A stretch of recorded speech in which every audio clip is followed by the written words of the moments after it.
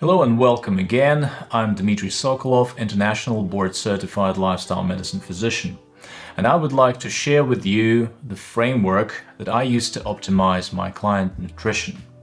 You can use this framework yourself as it's quite simple, or you can get irresistibly tempted to book my consultation and go in more depth with my guidance. It doesn't matter, as you benefit either way. Today we will tackle such topics as specific diets, for example ketogenic, plant-based and carnivore, as well as if counting calories is actually necessary.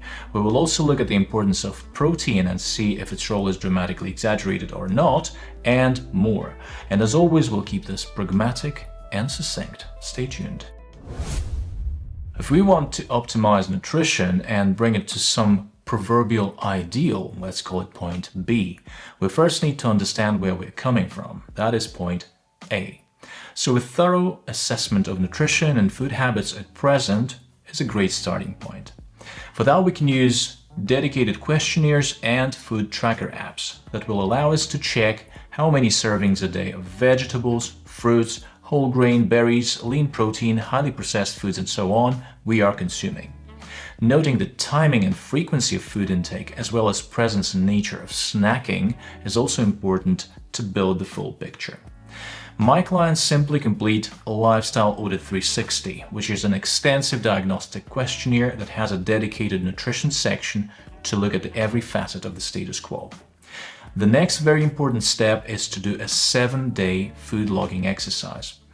People are usually reluctant to do it because it's time and effort consuming, but only once you've done it, you realize how crucial it was.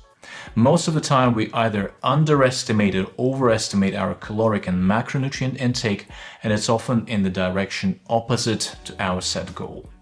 People who want to lose weight often underestimate their caloric intake, and people who want to put on weight underestimate it, and both groups often have either vague or no idea about their actual protein intake.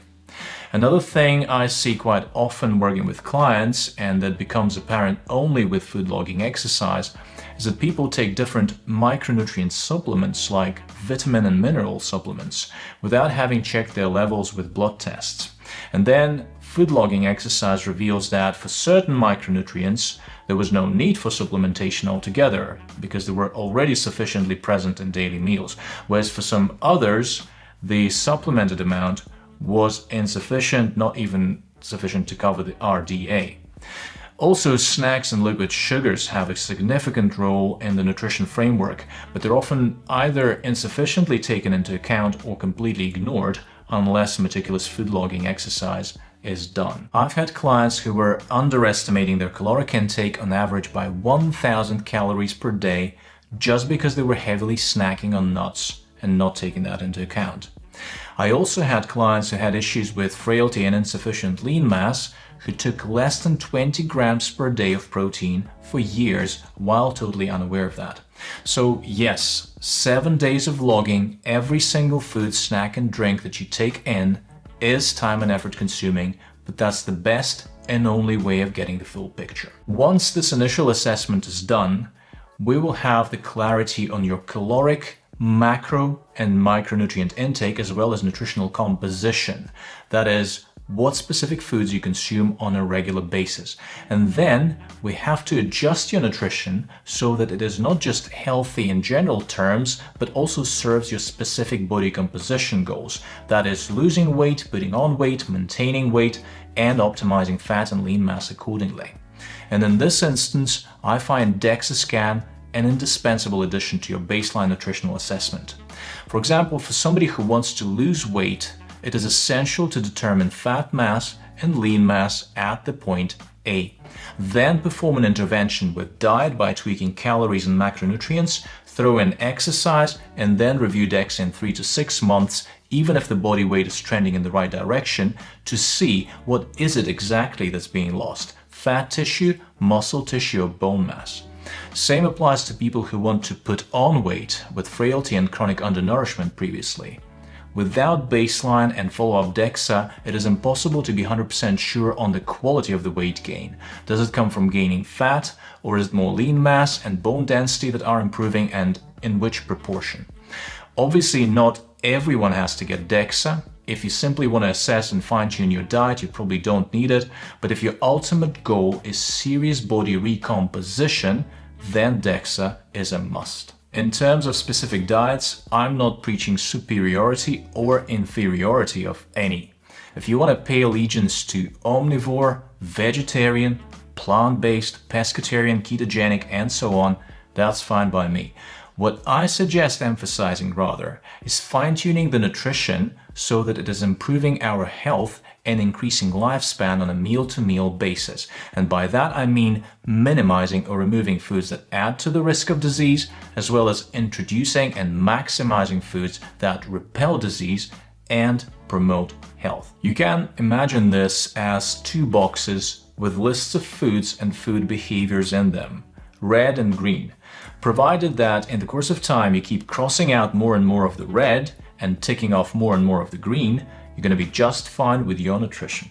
Let's look at the red box. So in the red box we have unhealthful foods and food components, as well as food behaviors that must be minimized and eliminated as soon as possible for optimal health. Here belong industrially produced trans fats, often showing on the label as partially hydrogenated oils. These are unequivocally linked to increased risk of heart disease and stroke, as well as type 2 diabetes, and they should be eliminated completely. In the same red box, we have added sugars, including liquid sugars like sodas, sweetened teas, fruit juices, and sports drinks.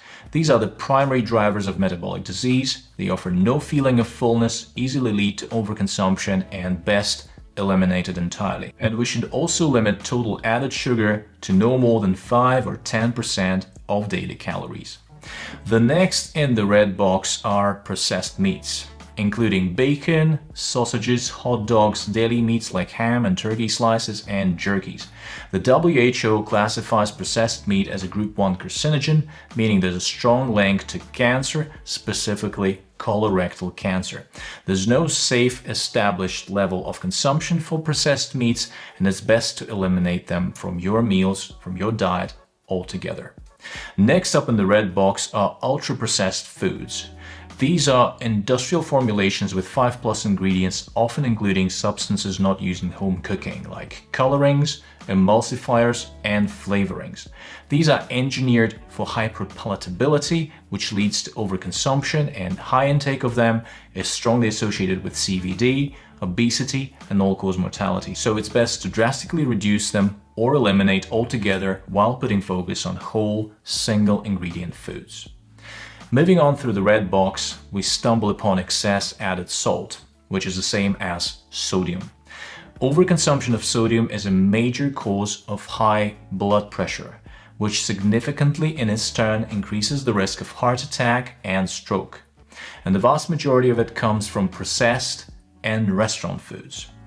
I advise you always check the labels and reduce your intake to below 2,300 milligrams of sodium per day, which is about 1 teaspoon of salt.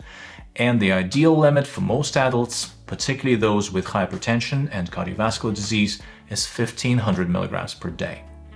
In practice, you can do 3 simple things to minimize your sodium exposure.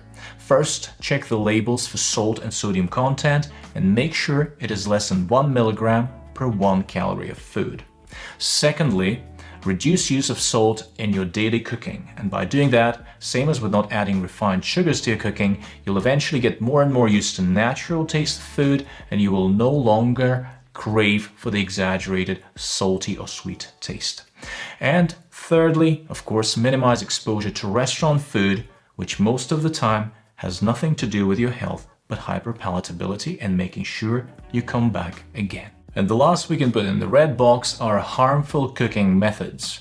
Cooking at excessively high temperatures using dry heat, particularly deep frying or grilling, creates a multitude of harmful compounds including carcinogens. So it's best to opt for moist heat like boiling and stewing instead. Now moving on to the green box, where we have foods, food components, and behaviors that should be introduced or maximized for health and longevity. They're not listed in any particular order of importance, they're all equally important.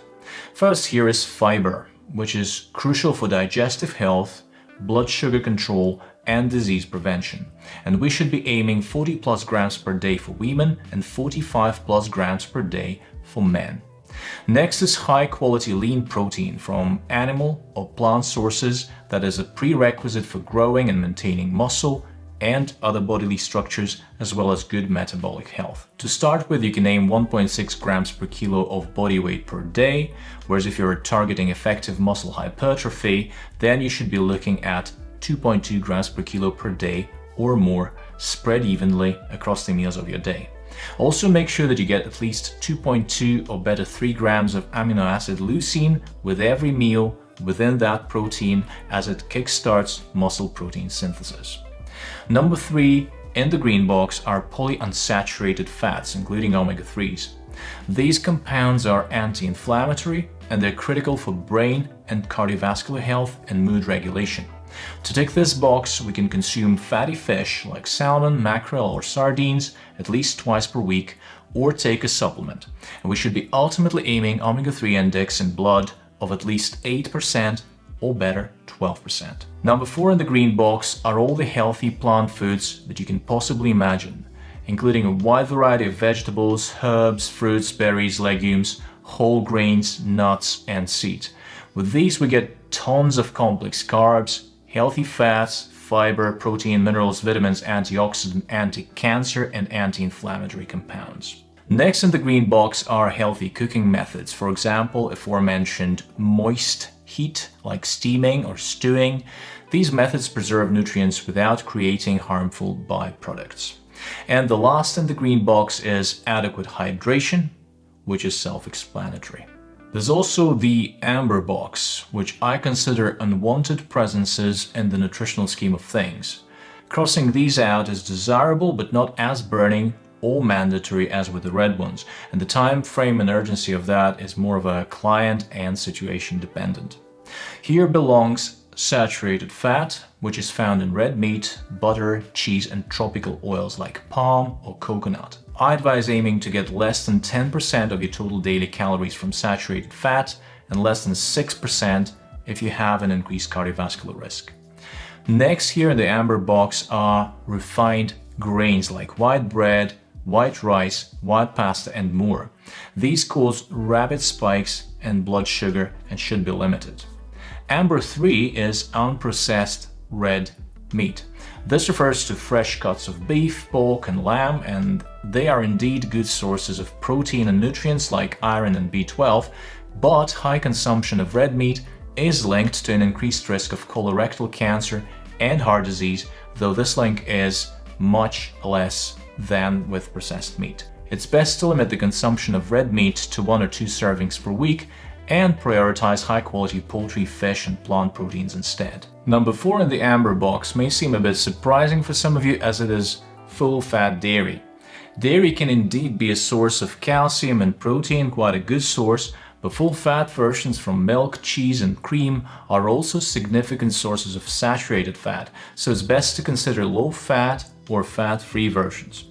Amber box 5 are tropical oils like coconut and palm oil, which are the only plant-based products that are very high in saturated fat, as I've mentioned before.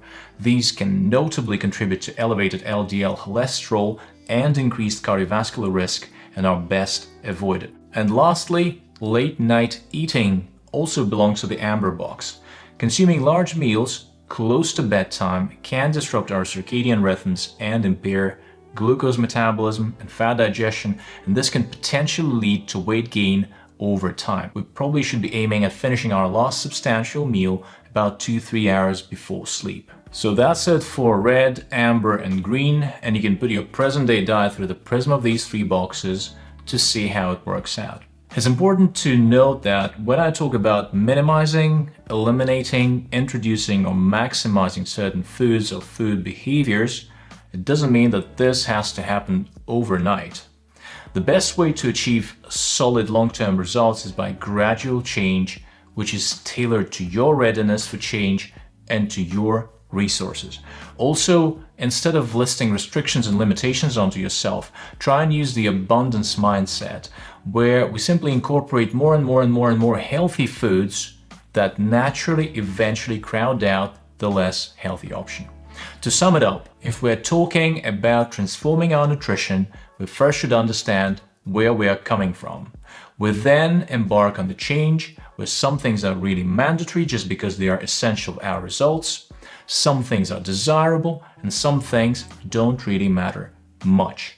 We also start first with the objectives that are the most simple for us to fulfill. And as the confidence of being able to make change to our nutrition is growing day by day, this is when we get on to more complex objectives that will also come easy.